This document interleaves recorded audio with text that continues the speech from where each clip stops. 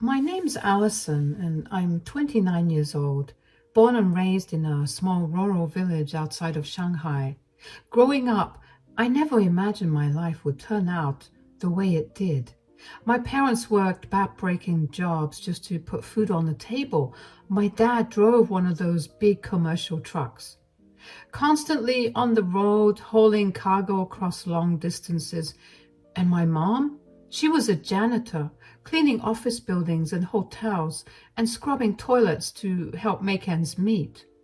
Yeah, we were dirt poor. I can still vividly remember having to stuff newspaper and rags into my shoes as a kid, since we couldn't afford to buy new ones whenever my feet outgrew them. Cold, hunger, and exhaustion. That was just the norm for us back then, an escapable cycle of struggle. But my folks never let our circumstances dim their ambition for me. They sacrificed everything so I could try for a better life, one not shackled to menial labor and deprivation. I'll never forget the day I got my college acceptance letter and full ride scholarship from a university in California. Mom and Dad were just over the moon. I was the first person in our entire family history to ever make it into a prestigious university abroad. It was honestly a miracle given how little we had. But my parents had hoarded away every last scrap of savings and worked countless overtime shifts, all to give me an opportunity they were never afforded and get me a ticket to America. I cried for hours that day, so incredibly grateful, yet also racked with guilt, like I didn't deserve this chance that my parents had completely bankrupted themselves to provide. Their own retirements were ruined, the biggest gamble of their lives. I packed up and left for California shortly after, my modest belongings stuffed into a tattered suitcase and backpack.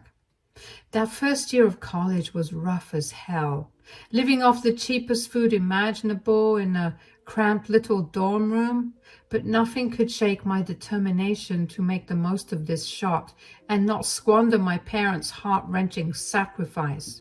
Of course, being an extremely poor immigrant from a third world village, I stuck out like a sore thumb on that picturesque California campus. It didn't take long for the self-consciousness to set in. I was constantly surrounded by wealthy American kids who vacationed in Europe every summer and drove luxury cars their parents had given them. Just hearing them casually talk about shopping sprees at the Beverly Hills Mall made me want to shrivel up and die from shame over how broke I was. My deep-seated insecurities about being seen as some kind of uncultured peasant motivated me to work my butt off. I wasn't just studying to land a decent job, I was studying to transcend my destitute origins, to climb up from the very bottom rung of the socio-economic ladder to somewhere resembling actual wealth and status. The stereotypical American dream, I guess you could say. Somehow, miraculously, I managed to pull it off too. My grades were immaculate and I double majored in economics and accounting.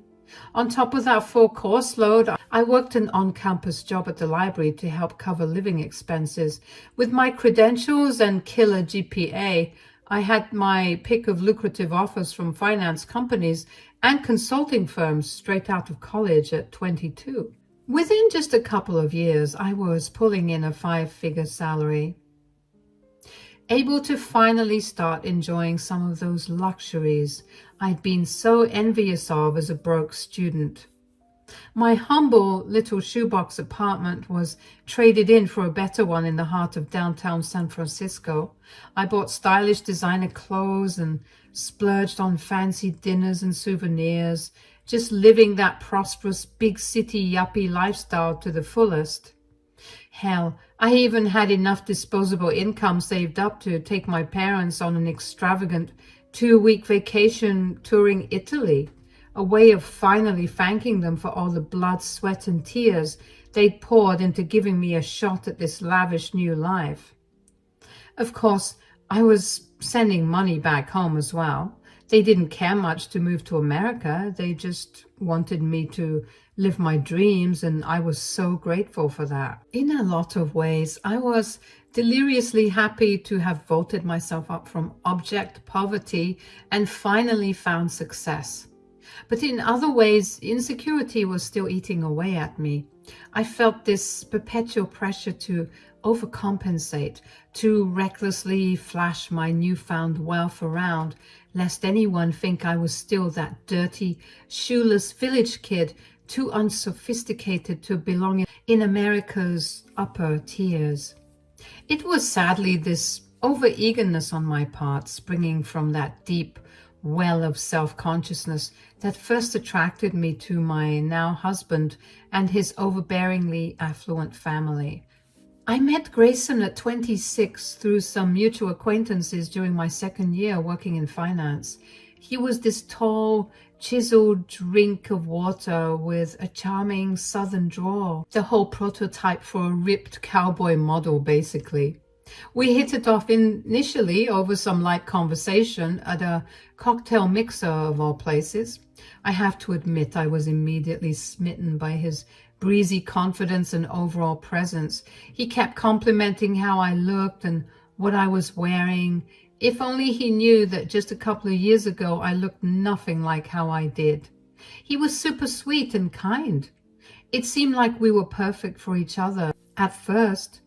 But then I met his family. The very first interaction I had with his mother Tammy and sister Connie, I felt those class tensions and airs of superiority radiating off them.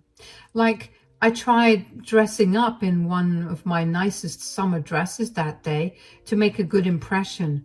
Instead, they gave me these dismissive once-overs while whispering to one another about Grayson slumming it with some China doll. Mind you, this was directly to my face. Well, you're certainly exotic looking, I'll give you that. Very striking features. Yeah, I just hope she knows Grace only has a thing for petite Asians as a phase. He'll drop her as soon as a proper Southern belle comes along. Honestly, she's probably just hoping he'll be the easiest way for one of her people to get citizenship here legally. Can't exactly fault a girl for exploiting opportunities, I guess. This was a conversation I overheard when I was bringing the dishes to the kitchen after our lunch date. It broke my heart hearing them talk so callously about me like that. I decided not to address it because I was scared of confrontation. From that very first meeting, the insults and microaggressions never let up. Anytime I'd be around Grayson's family, they'd constantly belittle my career, all the while smugly lording their inherited oil fortunes over me. I was deemed a gold digger who'd latched onto their son simply to chase status because of my humble beginnings. My humble upbringing, which I'd always been so proud of, was weaponized and used to portray me as some kind of gutter trash user. Tammy and Connie took every opportunity to remind me that my parents were basically subhuman peasants in their eyes. They'd dredge up sordid details about my dad's menial truck job and mom's custodial work, saying someone like me was bred for servitude and should know my place around my betters. Oh, I didn't realize your mom was a janitor. No wonder you always look so frazzled and scraggly, like you've just been pushing a mop bucket around all day. Here, I have some coupons if you need help affording real shampoo. I bet dear old Mom must have given Allison lots of top-notch advice on proper scrubbing techniques too, based on all her expertise. So, Allison, how do you get those impossible bathroom stains out? I'm genuinely curious. Perhaps the worst part was that I had absolutely no support system around me to really open up to about the relentless harassment. Grayson, as doting as he could be to my face, sometimes always just passively excused his mom's and sister's rude behavior whenever I brought it up. He just chuckle it off and call it their harmless ribbing. Oh, shucks, baby. You know they're just joking around with you just to get a rise out of your cute self. Their words ain't nothing to take seriously. But I knew it wasn't just harmless joking, even if Grayson was too oblivious or complicit to acknowledge it. His family's incessant belittling towards me was rooted in some deep-seated classism, racism, and xenophobia. To them, I'd always be viewed as this lowly interloper trying to weasel my way up society's ranks. But that couldn't be further from the truth. Sure, it was a bit of money that even enabled me to be a bit in some areas as someone like Grayson, but to say that it was an agenda of mine to leech off of him was way out of hand. I loved him for him, even if he wasn't sticking up for me like he should have been. The condescending remarks, the constant reminders about my parents' blue-collar jobs, the insidious insinuations that I was merely using Grayson for a green card, it was all slowly eating away at my self-esteem and reopening old wounds from childhood about not feeling good enough and having financial trauma. Yes, that's a real thing. Google it. And as the years went on, it only escalated. Once Grayson proposed and we got engaged, Tammy and Connie seemingly took that as a green light to be even more brazen with their disrespect and classist humor directed at me. Oh, Grayson, always such a jokester, bringing home this little China doll as your future bride. Isn't she just precious? I'll say, I can't wait to get some tips from her on those cheap Chinese restaurant hacks, like how they manage to make those tiny portions look bigger than they are. Very cost effective. And hey, at least we know she'll keep the house spick and span too. Her janitor mom must have trained her well in the arts of scrubbing and mopping. The time our actual wedding day rolled around a year later, the strain was really starting to show. Tammy and Connie could barely conceal their disdain as Grayson and I recited our vows like they were watching a bad comedy routine rather than a loving marriage union. The fake smiles and overly enthusiastic clapping whenever the officiant announced us as husband and wife, it all felt like such an insulting farce.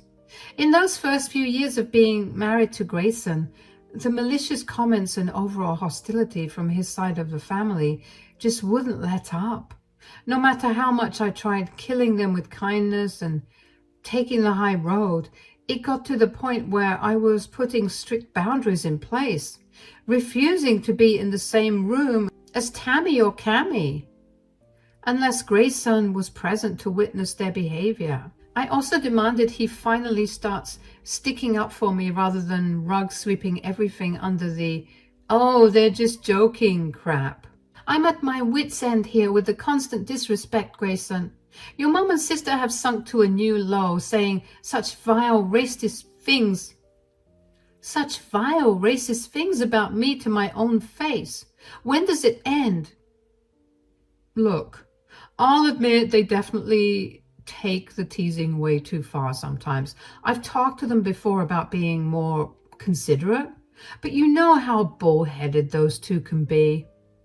Clearly your talks didn't do jack because it's only getting worse. Do you not realize how deeply hurtful their blatant discrimination towards me has become? They've crossed so many lines at this point. Baby, I'm sorry you've had to deal with their garbage. And trust me, I'll lay into both of them again about showing my wife some damn respect moving forward.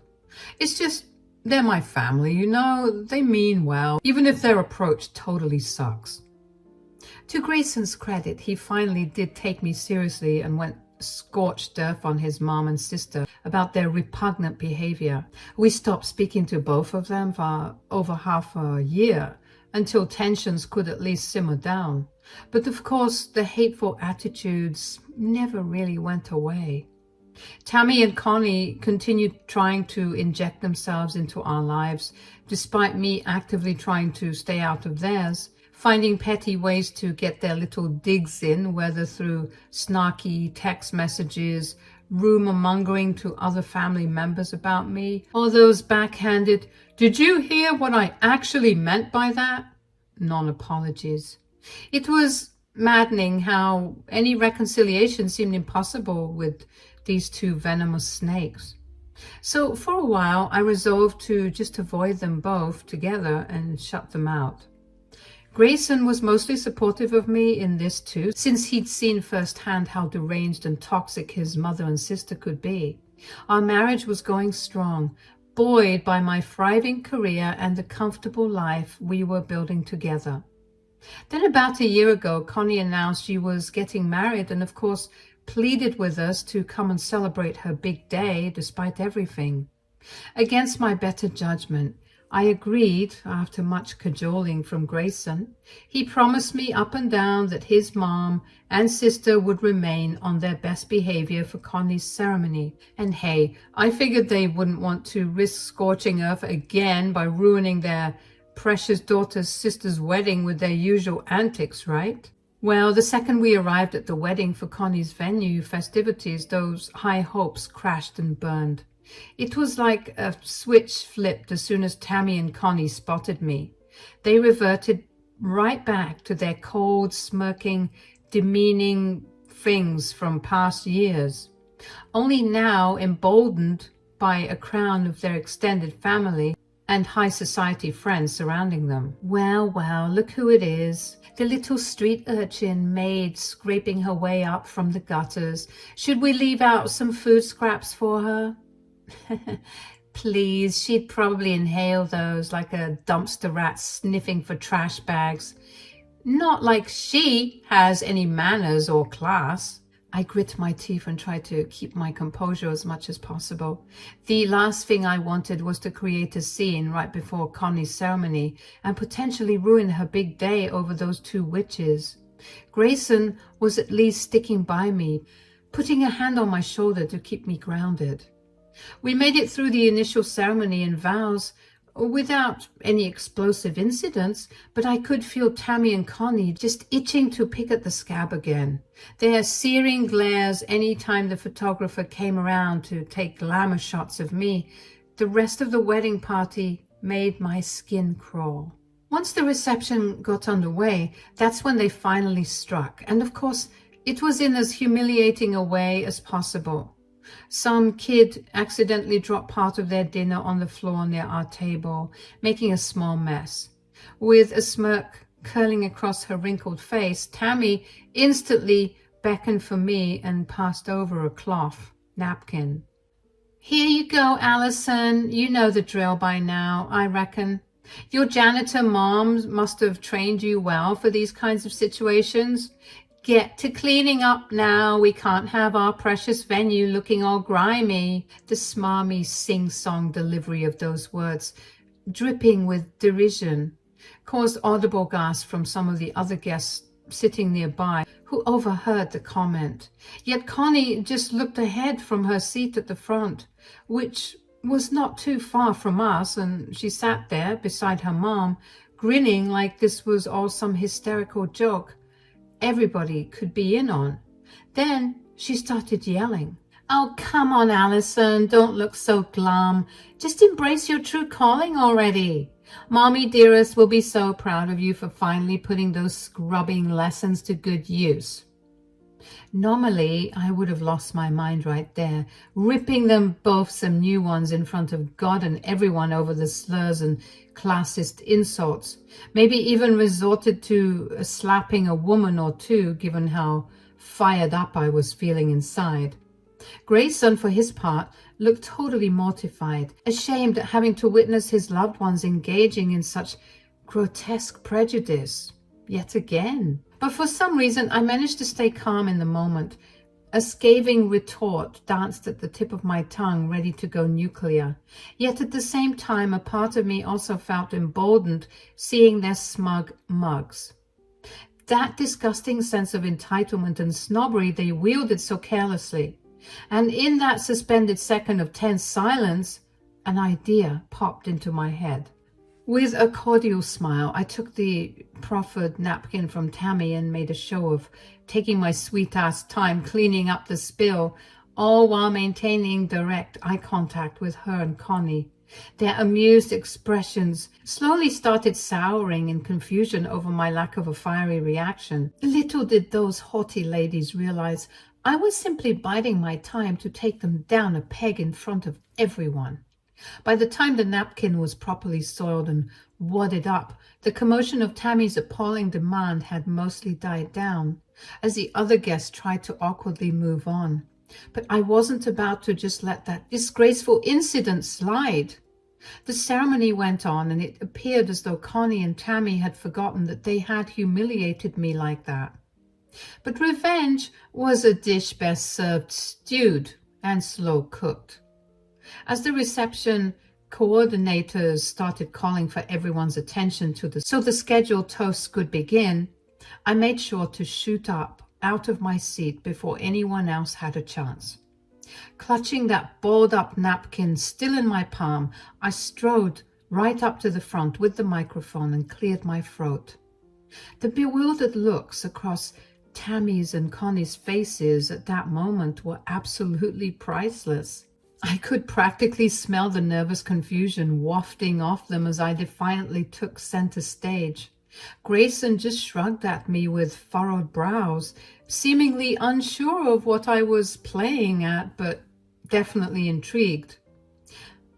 "Excuse me, everyone. I realize I'm not exactly the maid of honor here, but if you'll indulge me, I've got a few quick words I'd love to share with you all before we start the official toast." I paused for dramatic effect, letting the low murmur of curious chatter die down before continuing in a sugary sweet tone. "You see, I've just been so incredibly blessed to welcome Connie's new husband into our extended family today. And in the spirit of being one big happy family unit now, I think it's time I finally revealed a few, shall we say, lesser-known details about some of our other soon-to-be in-laws here." With a wry smile, I shot a pointed look right at Tammy and Connie, who were both wearing matching masks of abject horror, seemingly realizing where I was going with this. A few awkward titters bubbled up from the crowd, although most seemed just as confused by my antics as Grayson visibly was. Now, it's no secret these two lovely ladies come from extraordinarily wealthy stock. Why, I'd wager most people here simply assume they've accumulated their vast fortunes through good old-fashioned hard work and perseverance, right?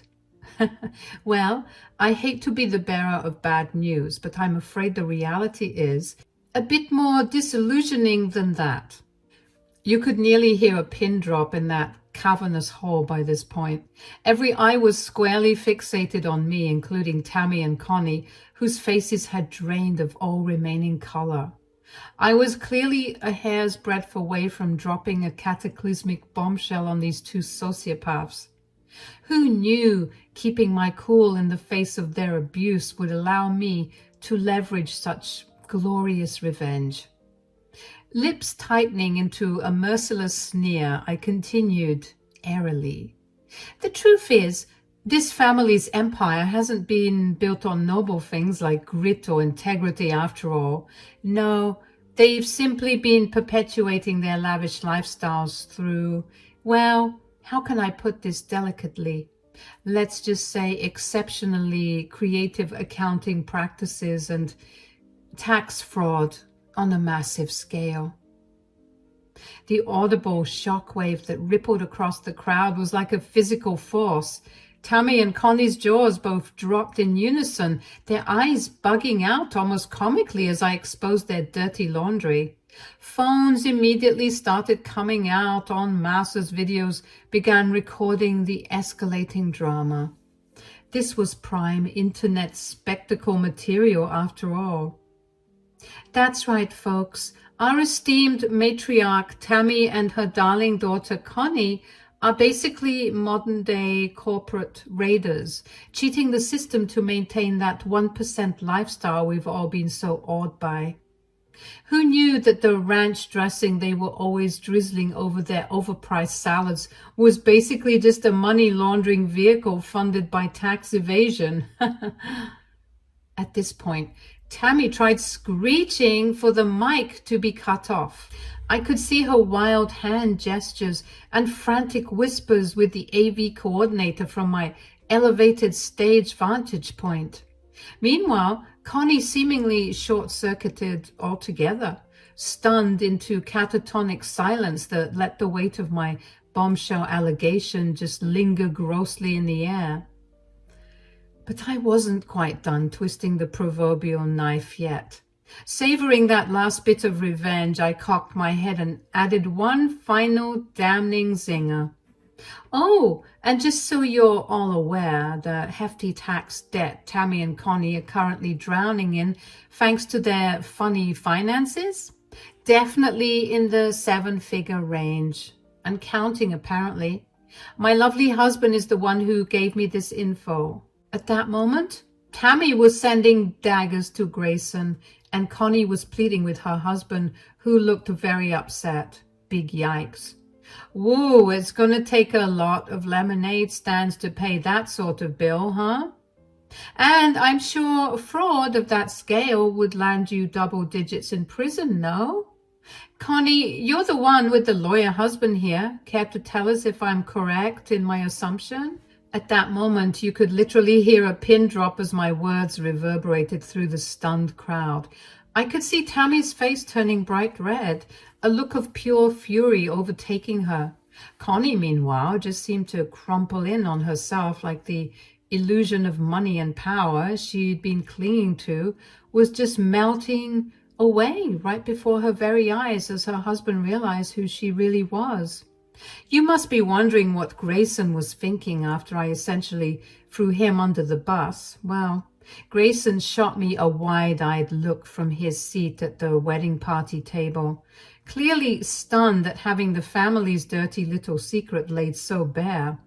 But for once, he wasn't jumping to offer any kind of excuse for their horrid behavior. I think he could finally see them for the pompous frauds they really were, too. You see, he had told me this in confidence some months ago when we were playing Truth or Drink. I'm sure you could tell who won that night.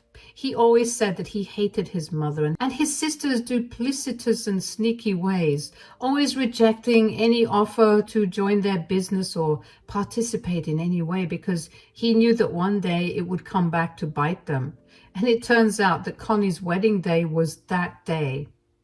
An awkward, tense silence hung over the venue for what felt like an eternity. You could have heard a pin drop as everyone sat digesting the devastating truth bomb I just dropped about the family's shady financial practices. For so long, Tammy and Connie had tried to present this facade of class and affluence, the kind of impeccably couth Southern aristocrats to be admired and emulated. Yet in reality, they were nothing more than low-rent grifters perpetuating an obnoxious sense of entitlement and snobbery by cheating the system. I'd literally just exposed their entire wretched con for all to see. And the crowd seemed utterly stunned by it all. Then Connie's new husband abruptly stood up without a word, his face contorted into a disgruntled scowl. For a fleeting second, it seemed like he was going to offer her some show of support or defense. Perhaps yell at me for derailing his bride-to-be special occasion with scandal, or warn everyone for believing such shocking rumors. Instead, he simply shook his head in disgust at Connie and stormed right out of reception hall without a second look back. That appeared to be the breaking point for Tammy, who positively erupted like a raging bull. Her angry screams of denial and frustration filled the venue as she started turning on anyone within reach, demanding for me to be gagged or the microphone cut off, while also trying to shout Connie and her new husband back into some semblance of propriety. But the more she wailed and waved her arms around, spittle flying with each increasingly apoplectic shriek, the more it became clear what a pathetic, raging harpy she truly was. Lashing out against the perceived slight of it all, the complete and upending disintegration of her family's Phony baloney unearned status. Classic privileged temper tantrum, you know. I couldn't have scripted Tammy's ultimate meltdown any more perfectly if I tried. She blew an absolute gasket and went full Karen in front of everybody, desperately trying to do damage control while repeatedly insulting me in between her screechy indignation. And of course, Connie curled up into a tight ball of rage and embarrassment right beside her mom, like the cowardly mean girl she's always been. Her wedding day simply wouldn't be complete without an extra dollop of soul-crushing humiliation heaped on by the people she so casually looked down her nose at for so long, I guess. Grayson just watched in silent horror as his family's towering self-delusion and bottomless sense of entitlement fully collapsed into ruin and disgrace right before his very eyes.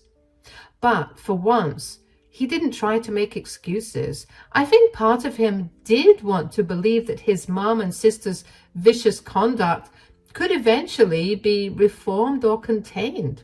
The truth of their irredeemable bigotry and class prejudice was just too ugly to downplay or dispute anymore. We ended up leaving the wedding venue shortly after Tammy and Connie's grand implosion. Grayson didn't even bother trying to tidy things up with his side of the family. He seemed just as disgusted by the obnoxious reaction, to be called out as I felt after being the constant target of their discrimination for so long. As for Tammy and Connie, there's been radio silence on their end since that fateful day, which is probably for the best. They know there's no Jedi mind trick misunderstandings or cutesy jokes to fall back on anymore. The outright hatred and classist ugliness they tried couching as concerned teasing from a place of love were finally dragged out and exposed to the world for what it truly was. It's just so twisted and tragic that two grown professional women could wield such pettiness and toxicity towards me strictly because of who my parents were and what jobs they had. The more I think about it, the more disturbing it becomes. I still don't know for sure whether Tammy and Connie were actually evading taxes or running some kind of illicit corporate raider money laundering scheme, as I insinuated. But in that moment of delicious humiliation and scorching reality checks raining down on their big fancy hats, it was just too delicious not to twist the knife one final time. You know what? I'm not even sorry about how I aired out their skeletons and tainted their high society status for all to see. Serves those bougie narcissists right for weaponizing their wealth as an excuse to demean and deride me for years on end. Maybe that nightmarish engagement party meltdown finally instilled some humility, or at least a fear of consequences for their vile actions. I know some of my in-laws and their country club acquaintances feel like I disgraced Connie's wedding with all that unnecessary drama. But come on, you don't get to antagonize and belittle me for years on end, then act all aghast when that hostility is finally returned. Not to mention, Connie herself has been just as complicit in degrading me from the moment we first met, refusing to cut ties despite Grayson's objections. Those soulless snakes had it coming for far too long. If they couldn't take a taste of their own medicine for once, well, that's just too damn bad, I suppose. Cry me a river, you coddled yuppie weenies. Because in the end, all I've ever done is seek a happy, stable new beginning in this country with the man I love. I came here to build a better life, as so many immigrants have before me, sacrificing everything just for that opportunity to make good in the land of prosperity and inclusion. And if that meant exposing the rotten truth of Tammy and Connie's sinister motivations in order to defend my honor and character, if it meant watching those trust fund babies completely shattering apart under the immense weight of their own toxic prejudices and delusions, well then, I regret absolutely nothing.